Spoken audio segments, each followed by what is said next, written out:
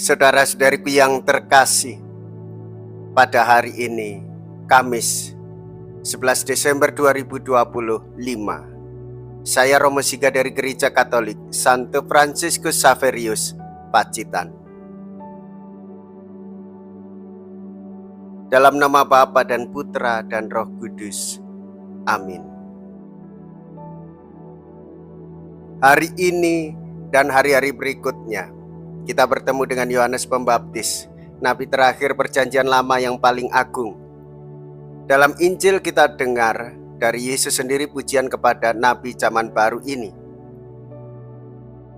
Yohanes Pembaptis, tokoh ini dapat menjadi pembimbing kita dalam menghayati masa Advent. Semoga pewartaannya membuka mata hati kita memandang cahaya Natal. Ajakannya mendorong kita untuk mengubah padang gurun menjadi Firdaus. Tidak pernah tampil seorang yang lebih besar daripada Yohanes Pembaptis. Mea culpa, mea culpa, mea maxima culpa. Saya berdosa, saya sungguh berdosa. Semoga Allah yang Maha Kuasa mengasihani kita, mengampuni dosa kita, dan menghantar kita ke hidup yang kekal. Amin. Marilah kita berdoa. Allah Bapa kami di surga, gerakkanlah hati kami untuk menyiapkan jalan bagi putra-Mu yang tunggal. Semoga berkat kedatangannya kami dapat mengabdi kepadamu dengan hati yang murni, dengan pengantaraan Yesus Kristus putra-Mu Tuhan kami, yang hidup dan berkuasa bersama dengan Dikau dalam persatuan Roh Kudus, Allah sepanjang segala masa. Amin.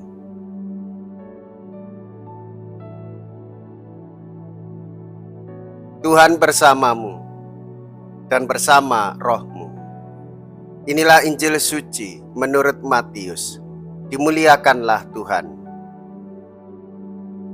Matius bab 11 ayat 11 sampai dengan ayat 15.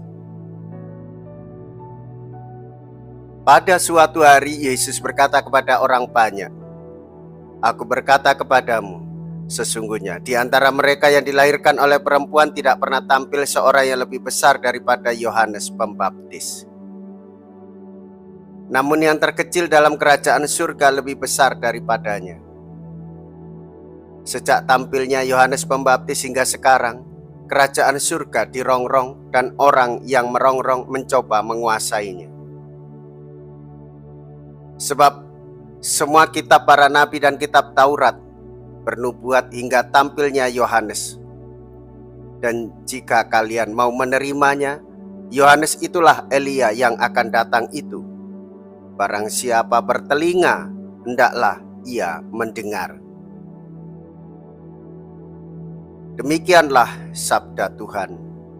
Terpujilah Kristus.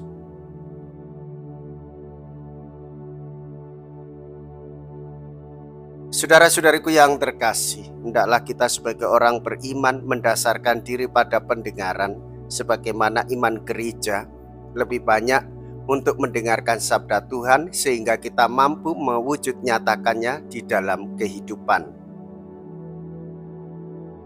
Dalam pengharapan pasti kita menantikan kedatangan Tuhan Yesus Kristus pada perayaan Natal sekaligus pada akhir zaman. Masa Advent adalah waktu persiapan untuk menyambut kelahiran Kristus. Yesus menegaskan, sesungguhnya di antara mereka yang dilahirkan oleh perempuan tidak pernah tampil seorang yang lebih besar daripada Yohanes Pembaptis. Beranikah kita meniru sang perintis, yaitu Yohanes Pembaptis? Hidup dalam kesederhanaan. Banyak orang sudah mendengar tentang Yesus, tetapi tidak banyak yang mencari tahu siapa itu Yesus yang dikenal sebagai juru selamat. Sangat disayangkan banyak orang yang berhenti dalam formalitas iman akan Yesus serta hiruk pikuk mempersiapkan menyambut kedatangan di hari Natal, tanpa mendalami makna terdalam dari rencana dan kehendak Allah melalui kehadirannya di dalam diri Yesus. Maka saudara-saudariku yang terkasih, dalam masa Advent ini hendaklah kita melakukan perbuatan iman, yaitu membaca kitab suci, yaitu merayakan Ekaristi, yaitu menyesali dosa dan mengakui dengan sakramen tobat, dan juga kita sungguh-sungguh melakukan perbuatan amal kasih bagi sesama. Marilah kita berdoa.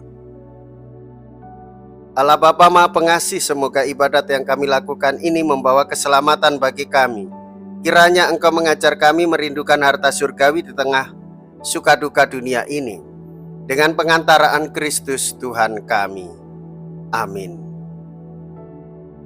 Tuhan beserta kita, sekarang dan selama-lamanya.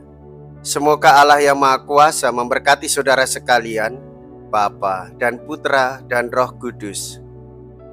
Amin. Saudara-saudariku yang terkasih, pergilah.